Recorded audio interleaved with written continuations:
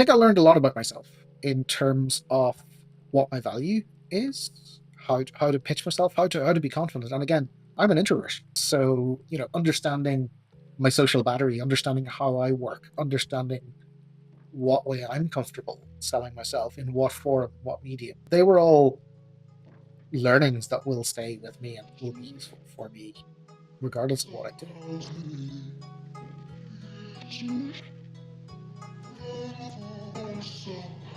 Hello and welcome to Day One Diaries, the podcast where we talk about the messy middle of career change, of measuring risk, and of starting something new. In this episode, I'm delighted to be joined by Pete McAvoy. Pete worked for over 20 years at Google across a range of departments, and suddenly in 2023, he found himself laid off at a crossroads and wondering what was next. We talk about the time it takes to decompress after so long at one business. The thing I took from this conversation was sometimes we think about new businesses as this all or nothing, let's go for it, no safety net. But it doesn't have to be like that. Pete was lucky to be in a position to do this, but he treated new business as an opportunity to test his value, to understand what he likes, and to see where the market is at. All of these tests and experiments gave him the clarity and confidence to re-enter the workplace and primed him for the position he has as senior program manager at Ring. This is a real life and really honest conversation as ever. And if you like this content, remember, we have a new episode of Day One Diaries every month. Enjoy the show. Brian, thank you. Definitely one of the best intros I've had since probably the last time I saw you emceeing something, or the last time I was involved in an event at Google. So yeah, good to be here. Thank you for having me. Yeah, as you said, you took a couple of different roles at Google. So you went from our original, which was a product focused team, into more like a go to market strategy team for Yeah, the mid market. Am I right? yeah. So before that team, I started off in customer service. That was kind of the entry point to Google. And I did that for a couple of years, and then that team kind of morphed into a sales account management team. And I was an IC in that team for a few years, an individual contributor, then moved into a manager role there. Didn't really enjoy being a manager, I think, initially. And then saw a role in this new like startup team that was being created. And for the first time in my career, Google was like, oh my God, that's me. Like, I am the perfect person for that. And went and interviewed and luckily got it. Um, and that became like a subset of that broader OMS team that we were in, which was amazing. Learned a lot, worked a lot. That was an intense couple of years. And then after that, moved into more of a kind of a go-to-market team Yeah. for the small business segment. And it was one of those really interesting opportunities. And like, I think my career, I remember my last interview for Google was with the head of the Dublin site. And I remember her coming in and kind of looking through the notes that the other interviewers had and going, yeah, they've asked all the questions that I wanted to ask. So what do you want to be when you grow up? And I was like, I have no idea. What do you want to be when you grow up? She was like, I have no idea either. And that was the interview. So I kind of not stumbled my way through my career, but it was a very opportunistic kind of approach. Work in a role for a while, learn how to do it really well, get what I needed out of it, give something back to the company as well, but then kind of like, oh, what's the next opportunity? And something just kind of magically tended to appear. There wasn't a lot of planning, and it was, go this direction. And then 2023 came along, and things got kind of interesting, and the Yes. the whole layoff thing kicked off. And I remember chatting to some of my team and kind of going, look, it's tech. You never know what's going to happen. But Google has a pretty good track record. You know, I think there was only ever one sort of layoff in cloud kind of before then. And all of the people were kind of rehomed, for lack of a better word, in other teams and other orgs. So I didn't think it was going to be the same. Unfortunately, it was the same as a lot of the other tech companies were doing. I was kind of senior enough in my org. I think I'd seen my my counterparts in other regions being impacted, kind of thought, yeah, I'm probably at risk here. And had a moment of, all those thoughts that go through your head where it's like, oh, mortgage to pay, blah blah blah, all those kind of things, and then kind of realized, wait a minute, like I haven't really felt like I've been growing or learning for the past kind of year, 2 years. Maybe this is actually not a bad thing. Maybe this is the opportunity to kind of take that step back, take a break, for one thing. I've been working solid since I was 16 or something like that. And take that time out to figure out what I want to do. And kind of, I'd had exposure to sales, to customer service, to go to market, to operations, to vendor management stuff. I was like, there's no that kind of, I don't know what I want to be, winding career path kind of got me to a point where I was like, I've got a broad range of skills. I'm a good generalist. I'm a good leader. I'm a good coach and people manager, but I don't know what I want to do. So Yeah. it was kind of the gift of some time to go think about that and figure out what I wanted to do. So And that period after you finished up, you took some time to think about it. Did it take you some time to sort of decompress from what was, 15, 16 years at the plant? yeah, it did. Like, people talk about having their identity kind of tied up with their job, and it's so true. Like, Google, especially in the earlier days when it was this amazing startup and everything, you could do no wrong kind of thing, and that did become part of your identity. You were proud to work there. Um, I think as you get older, and in my case, a little bit more cynical, some of that kind of tends to die down a little bit. But there was still a lot of me tied up in, hey, I'm Pete, I work at Google. Um, and so between the different teams I worked in, they were all really intense. And the identity thing. First thing I just thought was, I just need a break. I need to decompress completely and rest. I felt exhausted after this. Um, and I I think I finished up, myself and my family went to Spain or somewhere for like 10 days just to literally sit on the beach and do nothing and rest. Um, that was much needed, just breathing time, kind of taking it in. Got back from that and kind of planned a few more holidays. So, was fortunate enough to get a package and stuff like that, and was able to turn around to the kids and go, where's your bucket list for holidays? And they each said kind of where they wanted to go, and they were like, cool, let's do it. And we planned various different holidays for the rest of the year, and ticked all the boxes. And that was amazing time. Um, and I would carve out kind of little bits of time in each of those holidays for myself. And again, incredibly privileged position to be able to do that. But there was lots of things that I was kind of thinking, is the corporate thing for me? Have I been there, done that? What do what do I want? And also trying to look at it from a skills and experience point of view. Like, what do I want to learn? I think just to hold on there for a second, I think that time after being at a big company for so long, it's so necessary. If again, like you say, if you're lucky enough to have the space and time to do it, because your your identity, I know you're constantly warned, and as you said, get a bit older and more mature, you don't get so tied up in the brand, but it's still the place that you go every day. It's still the world that is constructed around you.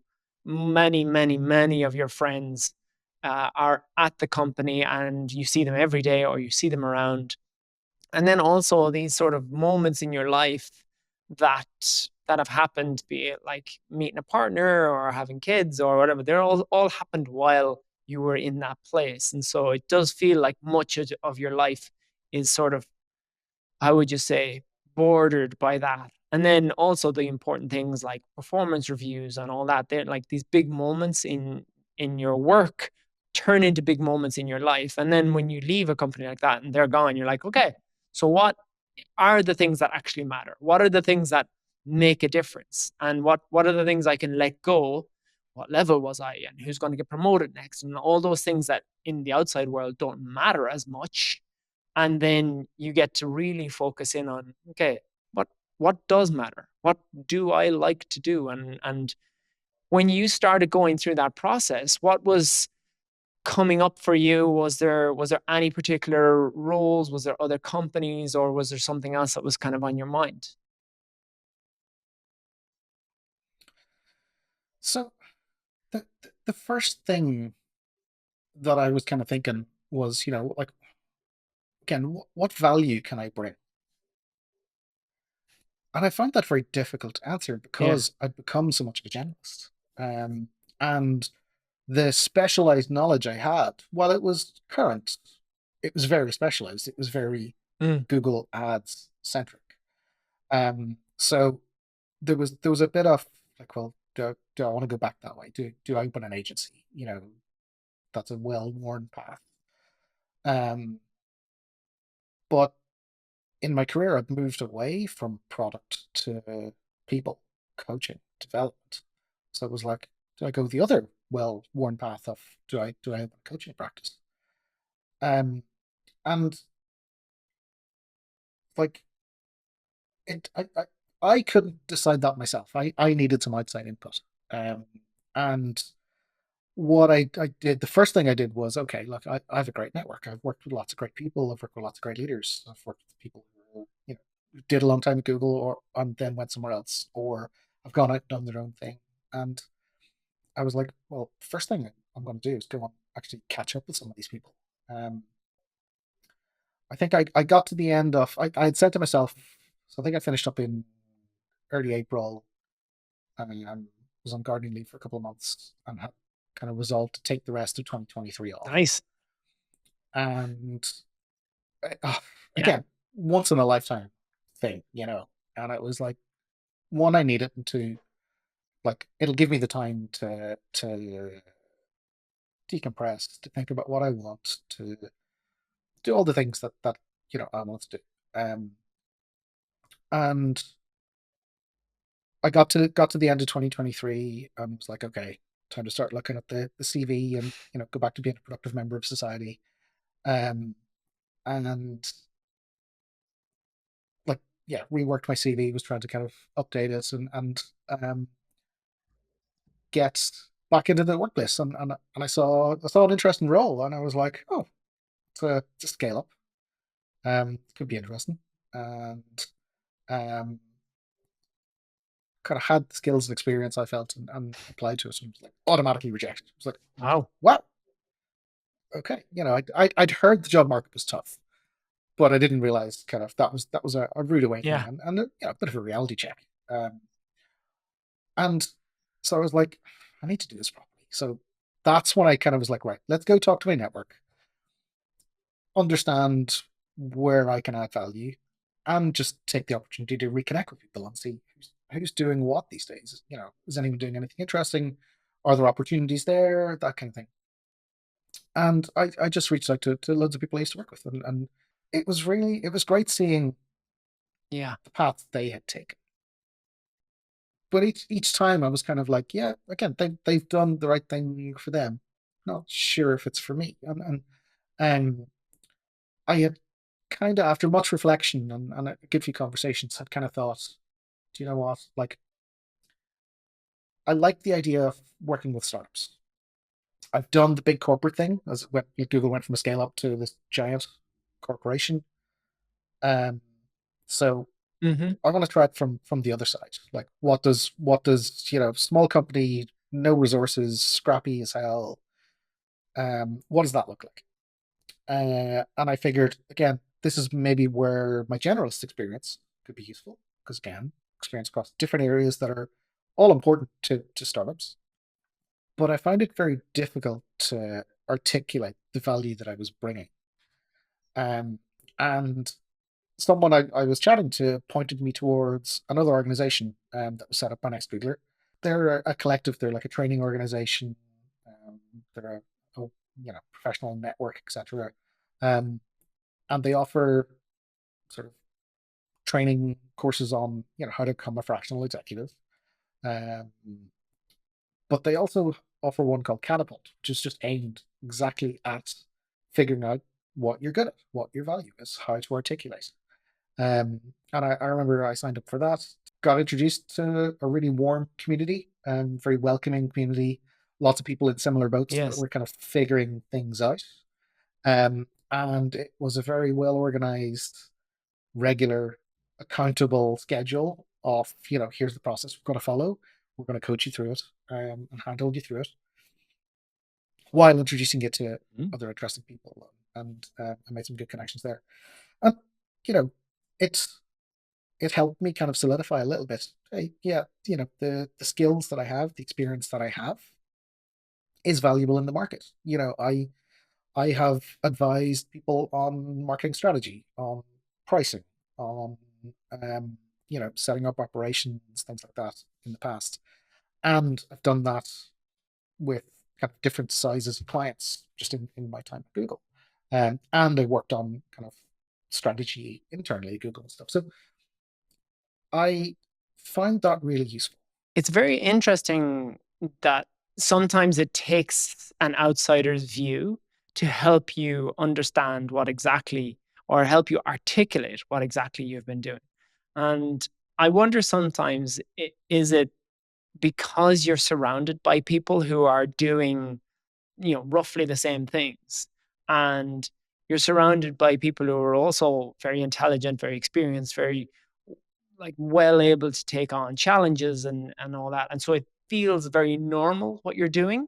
And it's not until again you step outside of that, or you see that in the open world, and think, oh, actually, I have, helped a business set up an office in India. I have supported small businesses as they've made digital transformations. I have done X, Y, and Z. I just never really framed it or understood it in that same way. So that sounds like I think that's a big challenge for a lot of people who find themselves laid off and sort of wondering what to do next, of being able to put a value and frame exactly what your experience is when you've been at a company for so long. So that sounds like it really helped you to sort of quantify what it is you can bring to a company and to the market. But for yourself, going back, you decided then to take this out to the market. How did that go as you started to look for fractional work and portfolio work? So it was interesting. And this is where kind of I was doing this in parallel with starting to look for jobs. And I'd applied for a couple of jobs thinking, yeah, I'm a great fit here. And, was getting like automated rejection letters. And it was like, okay, the market is tough. And, in the various groups I was in, and people I'd been talking to, there was a general kind of acceptance that the job market was tough, was a mess. And you heard horror stories of people spending 40 plus hours a week just grinding out job application after application, being knocked back. And it was pretty grim. Um, and I was like, do you know what? I'm going to just opt out of that for now. And I'm going to take this as a sign to go and try my own thing. I want to get involved in the startup space. I want to kind of see if there are opportunities there. And I got introduced to a couple of people kind of straight away. It was a good reality check in terms of what startups are dealing with and the challenges they have, and nothing really came of it. And I was like, yeah, okay, but Mhm. not gonna give up. Going to keep going. Someone I didn't know reached out to me on LinkedIn and was like, hey, we're building a kind of Google Ads automation platform. I hear you know a bit about ads. Can we have a chat? And yeah, absolutely. And met up with that person and their co-founder, had really good conversations, and for the first time in a while was kind of like felt felt that my experience and my expertise was useful. And that was, after this was only a couple of months into starting to look for something actively and realizing how tough the market was, having some conversations with startups that were interesting, but not, there wasn't a fit there. It was the first time that I was like, oh, actually, yeah, I feel useful here, and that was a very nice feeling because it kind of gave me that kind of confidence boost. Um, and I did like just a little bit of work with them, kind of early advising stuff, and it was great. And they benefited from it. I was doing Yes. it pro bono and felt this is great. It's nice to be useful. Uh, and did similar things with one or two other startups in different spaces, but just realized that kind of one challenge with startups is they don't have any money. And there was a pattern of kind of doing a bit of pro bono work, kind of proving that I could add value, and then kind of getting to that conversation of, so look, is this something you want to kind of formalize? Just And no they were like, money. oh, we'd love to No, apply, we right. just don't have the funding. And kind of it's interesting because I think where we are in a lot of cases is that a lot of startups are focused on using AI, and that any funding they get, the correct priority, which they are doing, is how do I hire engineers to build the product and get to that MVP or minimum lovable product kind of point. So I was kind Yeah. of like, yeah, I would do exactly the same. You guys are making the right decision. So it was kind of then where I was like, okay, it's time to cross startups off the list. At this point, I had been, you know, um, having a little bit of success, Mhm. not as much as I would have liked. I was kind of going, I was taking a step back, looking at the finance side of things and growth rates and stuff like that, and going, I'm investing a lot of time to bring Mhm. in not a huge amount of revenue. And I was looking at kind of uh, runway from a financial point of view and going, okay, might need to pivot a little bit. And went back Yes. to the idea of an agency. Um, and there was another former colleague of mine, a guy called Stephen Scully, and he and I, we live fairly close to each other. We were catching up for coffee. We were kind of each other's support group a little bit as well. And kind of like, so Stephen was working on his startup, um, but at the same time had a bit of bandwidth, and we were like, let's actually have a look at this agency thing, um, and see if there's an angle there, see if there's a market, um, and how we could kind of differentiate ourselves. And we kind of came up with the slightly left field idea of what if we were an agency that stepped in for a client, took over their marketing while training the client up to handle it themselves, so that it was kind of a short-term engagement. Most companies of any size will bring in an ad agency, manage their marketing, manage their Google ads and Meta and whatever else they're using, and like live with them for months, years, and lifetimes in many cases until again the business goes out to pitch or whatever that looks like. So you were going with the model to say that thing, there's a lot of automation in these tools. So what we can do is we can get you set up and then we can train you guys and you can take it from there and call us if anything goes on fire. Was that the way you sort of thought of it? That was basically it. Yeah, exactly. And the research that we had done and talking to some other agencies was that one of the challenges that they were having was in-housing. So clients moving away from agencies and taking the business in-house. And we were like, well, how do we capitalize on that trend? And so it was kind of interesting. Um, and we had a few clients that we were working with. And again, it was interesting, but I'm a big believer in the fail fast thing, and realized that kind of for the even with kind of the great network that we had, and we had agreements with various different kind of really top notch experts that had worked at Google generally and then gone into their own thing.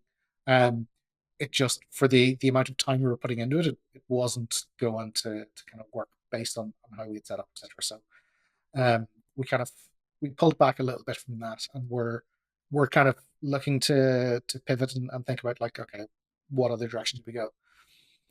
And I think at that point for me, I was kind of like, okay, that kind of end of the So road yeah, financially starting to was come into starting view a to bit too much. loom. So it was like, yeah, so it's like I'm going to split my time 50-50 between kind of the things that I'm working on and starting to actually look for other roles. Again, within that kind of like, scale up, um, where I can go in kind of early and kind of still have impact was kind of my thing. Um, and I started applying for a few jobs again, and was very fortunate that got a call back from one of them, which was uh, Amazon, or well, an Amazon company. Um, and you kind of go, "Peace, Amazon scale up?" Not really. But it was one of their acquisitions, Ring. So, which is it is still a scale up. So the doorbell, intercom, security cameras, yeah, that whole thing. Um, and so after, I think I read the email, it was like Amazon. Oh no, wait, it's okay. Ring. Okay, did my research. Was like, okay, well they are still a scale up. Um, and we had some good conversations. I was fortunate enough to be made an offer, and I was like, yeah, Nice one. I'm going to give this a go. Um, so that it was kind of a few things. It ticked some of my boxes. There was, it was one of those mental model shifts as well. From I'm not making a decision on a company I'm going to spend the next 20 years of my life with. I'm signing up for a while to see how this goes and to see if there is that like two-way fit of this is working for me, this is working for them.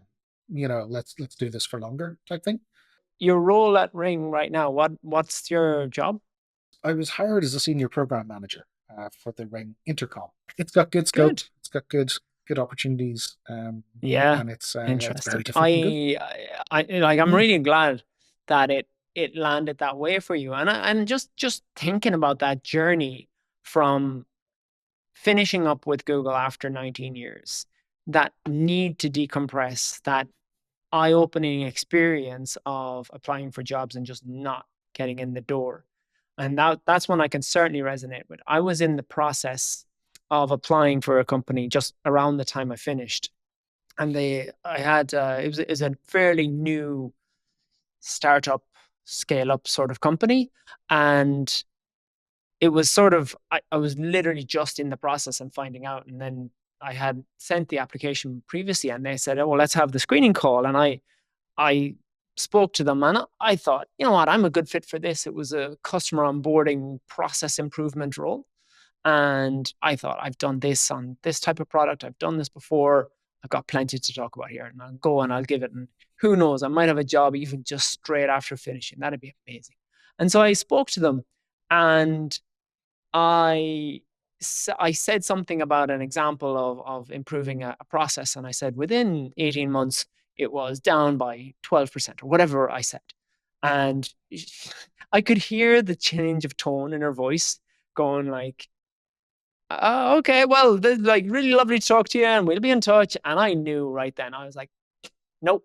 Modern startups, 18 months is It was dead. the 18 months thing, was it? You needed to say three Yeah, weeks. yeah. Like I was so far out of what the modern, new companies were talking about, that it was similar to yourself, just a wake up call going, if you want to do that, you really need to step up your game and talk about uh, talk the language that these new companies are talking. And then similar to yourself, I took a bit of time and ended up going a different direction to that. But I do recognize what an eye opener that is when you've been in a company for so long.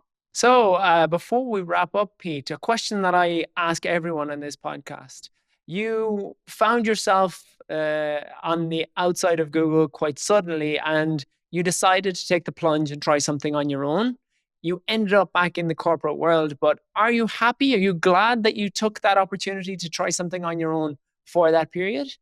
Yes, I am. I think I learned a lot about myself in terms of what my value is, how to pitch myself, how to be confident. And again, so I'm an introvert.